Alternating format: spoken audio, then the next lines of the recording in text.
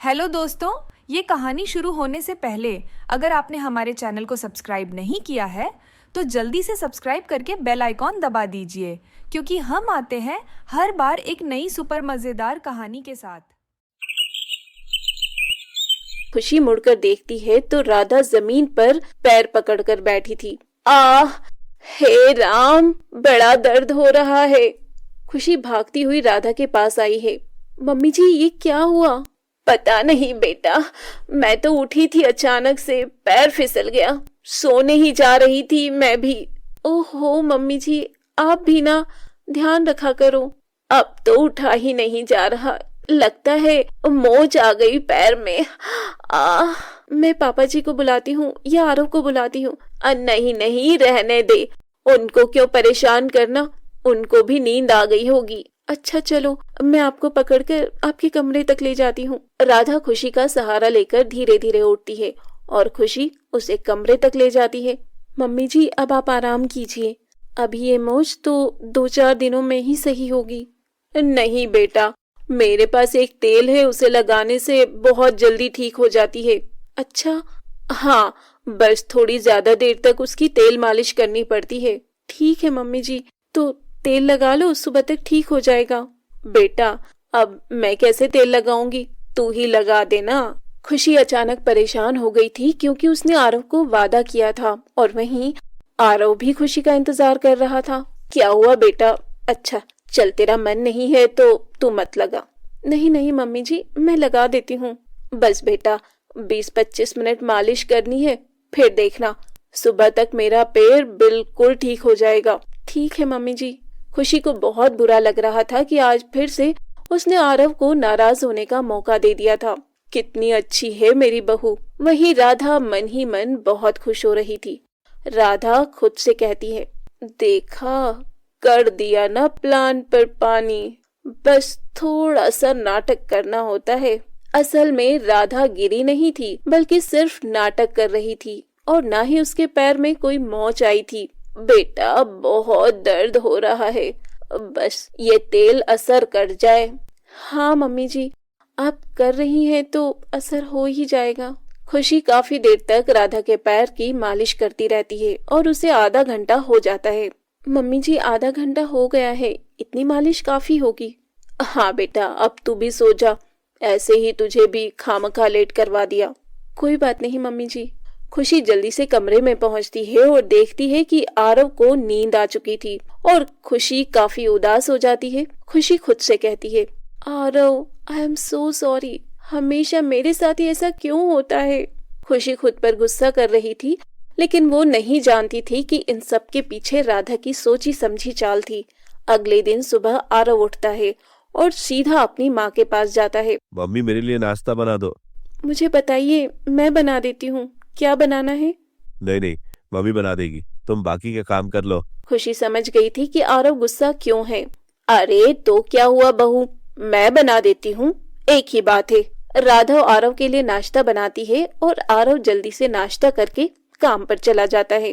क्या हुआ बहू, कोई बात है क्या? वो मम्मी जी, कल मैं थोड़ा लेट हो गई थी ना, तो ये नाराज हो गए हैं। अरे इतनी सी बात, कोई दिक्कत नहीं है। वैसे भी पत्नी को पति के लिए वक्त से ज्यादा मौजूद भी नहीं रहना चाहिए, वरना कदर नहीं होती। अच्छा सच में? और क्या, तू तो मेरी बेटी जैसी है, इसलिए तुझे समझा रही हूँ, वो अपने आप सही हो जाएगा। ठीक है मम्मी जी, आप कह रही हैं तो सही होगा। खुशी को लगा कि उसकी सास उसके भले के लिए ही कह रही है, लेकिन ये भी राधा की एक चाल थी। पर मम्मी जी, फिर भी एक बार ये शाम को घर आए तो आप इनसे कह देना कि आपके पैर में मोच आ गई थी, इसीलिए मैं लेट हो गई। हाँ हाँ, कह दूंगी, इसमें क्या दिक्कत वाली बात है? हाँ, मैं कहूँगी तो वैसे भी मेरा विश्वास नहीं करेंगे, आप ही कह देना। शाम के वक्त जब आरव घर आता है तो वो नजरें चुराकर नाराजगी से कमरे में चला जाता है और खुशी भी उसके पीछे जाती है। आरव, सॉरी, प्लीज मुझे माफ कर दो। मुझे तुमसे कोई बात नहीं करनी, रोज रोज के सॉरी से परेशान हो गया हूँ। लेकिन आप मेरी बात तो सुनिए, कारण तो सुन लीजिए कि मैं क्यों नहीं आ पाई थी। मुझे कुछ नहीं सुनना। अच्छा, आप मुझसे नहीं सुनना चाहते, कोई बात नहीं, मम्मी जी बता देंगी, मैं जा रही हूँ। जाओ अपने काम कर लो, काम जरूरी है। खुशी वहां से चली जाती है और उसे उम्मीद थी कि उसकी सास उसके पक्ष की बात करेगी। सब लोग खाना खाने के लिए साथ बैठते हैं। तभी खुशी अपनी सास को इशारा करती है। क्या हुआ बेटा, क्यों नाराज है बहू से? मम्मी, मैं नाराज नहीं हूँ। आपको किसने कहा? मुझे तो खुशी ने ही कहा था कि तू नाराज है, तो इसने बोला कि मैं तेरे से बात करूं। हाँ हाँ, आप ही बात कर लो, इससे तो बात ही नहीं हो पाती। काम से फुर्सत मिले तो ना। बेटा बहू पर क्यों नाराज हो रहा है? ये सब तेरी माँ का किया धरा है। मैं कुछ समझा नहीं। ये बात सुनकर राधा अचानक चौंक जाती है।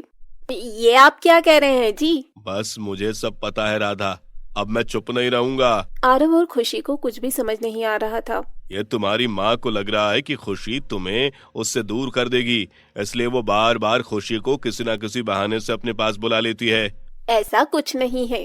तो खुद सोच बेटा, जब भी तेरा कोई काम होता है खुशी गायब कैसे हो जाती है? क्या खुशी ऐसा चाहती है? आरव अपने पापा की बात सुनकर सोचने पर मजबूर हो जाता है। तुझे पता है, कल भी खुशी बेटी कब से काम करके फ्री हो गई थी, लेकिन तभी तेरी माँ ने गिरने का नाटक किया और इससे कोई मोच वोच नहीं आई थी, और बेचारी खुशी आधे घंटे तक इसका पैर मलती रही। लेकिन मेरे पैर में सच में मोच आई थी। अच्छा, ऐसा भी भला कौन सी मोच होती है जो रातों रात ठीक हो गई? ऐसा कौन सा जादू था तुम्हारे पास? किशनलाल की बात सुनकर खुशी का भी दिमाग चलने लगा था। बेटा तू अपने पापा की बातों में मत आ। राधा जानती थी कि किशनलाल सच कह रहा है, इसलिए वो थोड़ा हड़बड़ा जाती है। मम्मी, क्या पापा सच कह रहे हैं?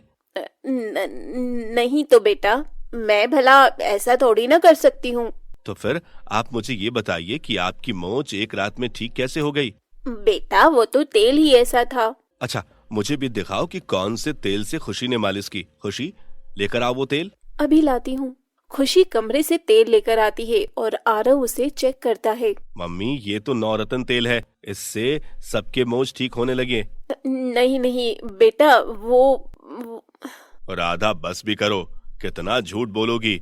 एक झूठ को छुपाने के लिए 1000 झूठ बोल रही हो। चाहे मैंने झूठ बोला या सच बोला, पर मैंने किसी को नुकसान तो नहीं पहुंचाया ना। तुम अपने बेटे का नुकसान कर रही हो, क्या तुम्हें कुछ दिखाई नहीं देता? मम्मी, आपकी वजह से मेरे और खुशी के बीच कितनी दूरी आने लग गई है, और आप अभी भी मानने को बिल्कुल तैयार नहीं है। खुशी भी ये सब जानकर बहुत दुखी होती है और रोने लगती है। मम्मी जी, ये आपने अच्छा नहीं किया। मैं आपकी कितनी इज्जत करती हूँ, आपकी हर बात सुनती हूँ, और आपने ये सब किया। ज्यादा मत बोल, तू इस घर की बहू है, बेटी मत बन। पर मैं किसी की तो बेटी हूँ ना मम्मी जी, आप भी तो किसी की बेटी थी। क्या आपकी सास ने भी आपके साथ ऐसा ही किया था? नहीं नहीं बेटा, मेरी माँ बहुत अच्छी थी, कभी राधा को कुछ नहीं कहती थी। तभी अचानक डोरबेल बजती है। अरे, रात के 10 बजने वाले हैं, इस वक्त कौन आया होगा? मैं देखता हूँ पापा। आरव जैसे ही दरवाजा खोलता है, सामने उसकी बहन पायल बड़ा सा सूटकेस लिए खड़ी थी। आरव हैरान हो जाता है। अरे पायल, तुम इस वक्त, वो भी इतना सारा सामान लेकर, क्या बात है? पहले मुझे अंदर तो आने दे। पायल को इस तरह से देखकर सब लोग हैरान हो गए थे। अरे पायल बेटा, इस वक्त अकेले कैसे आई है, और ये सामान? सब ठीक तो है ना तेरे ससुराल में? पापा, मुझे देखकर आपको लग रहा है क्या सब ठीक है? अगर ठीक होता तो आती क्या ऐसे? तो क्या हुआ बेटा, ऐसी क्या बात हो गई जो रात में तुझे आना पड़ा? हाँ, मुझे फोन कर देती, मैं तुम्हें लेने आ जाता। अब तो मैं आ गई हूँ ना, अब ये सब छोड़ो, मेरा दिमाग फट रहा है, बहुत गुस्सा आ रहा है मुझे। पर बेटा बात तो बता, क्या हुआ है? दीदी, आपके लिए कॉफी बना देती हूँ। हाँ भाभी प्लीज, एक आप ही हैं मुझे सही से समझती हैं। खुशी अपनी नंद पायल के लिए कॉफी बनाने चली जाती है। पायल बेटी, शांत हो जाओ, अभी हम तुझे कोई सवाल जवाब नहीं करते, कल करेंगे, मैं सोने जा रहा हूँ। हाँ पापा, पायल थोड़ी परेशान लग रही है, अभी थोड़ा रिलैक्स होने दो, हम कल बात कर लेंगे उससे। अब बेटा मुझे तो बता दे, बात क्या हुई है? मम्मी प्लीज, आपको समझ में नहीं आता क्या? एक बार मुझे आराम से बैठने तो दो, आते ही मेरे पीछे लग गई हो। अच्छा ठीक है, गुस्सा मत कर। तभी खुशी कॉफी लेकर आ जाती है। दीदी, अब आप आराम से बैठिए और कॉफी पीजिए। हाँ भाभी, आपकी किस्मत तो बहुत अच्छी है जो आपकी सास सही है। मेरी सास तो इतनी बुरी है कि पूछो ही मत। अच्छा, अब मैं समझी। ये सारा तेरी सास का किया धरा है, उसकी वजह से तुझे यहाँ आना पड़ा ना। हाँ मम्मी, और आपने ही तो मुझे कहा था कि सास की कोई बात बर्दाश्त नहीं करनी, तो इसीलिए मैं आपकी सीख पर ही चल रही हूँ। हाँ हाँ, तू चिंता मत कर, मैं तेरी सास से बात करूंगी। कोई फायदा नहीं मम्मी, उनसे बात करने का कोई फायदा नहीं, उन्हें कुछ समझ में नहीं आता। अरे ऐसे ही थोड़े ना मैं तेरा घर उजड़ने दूंगी। ये बात सुनकर आरव हंसने लग जाता है। एक तो आप पायल को उसकी सास के खिलाफ भड़काती हैं और मेरा घर तो आपने उजड़ने पर बना ही लिया था, अब पायल का घर क्या बचाएंगी? ये सुनकर पायल हैरान हो जाती है।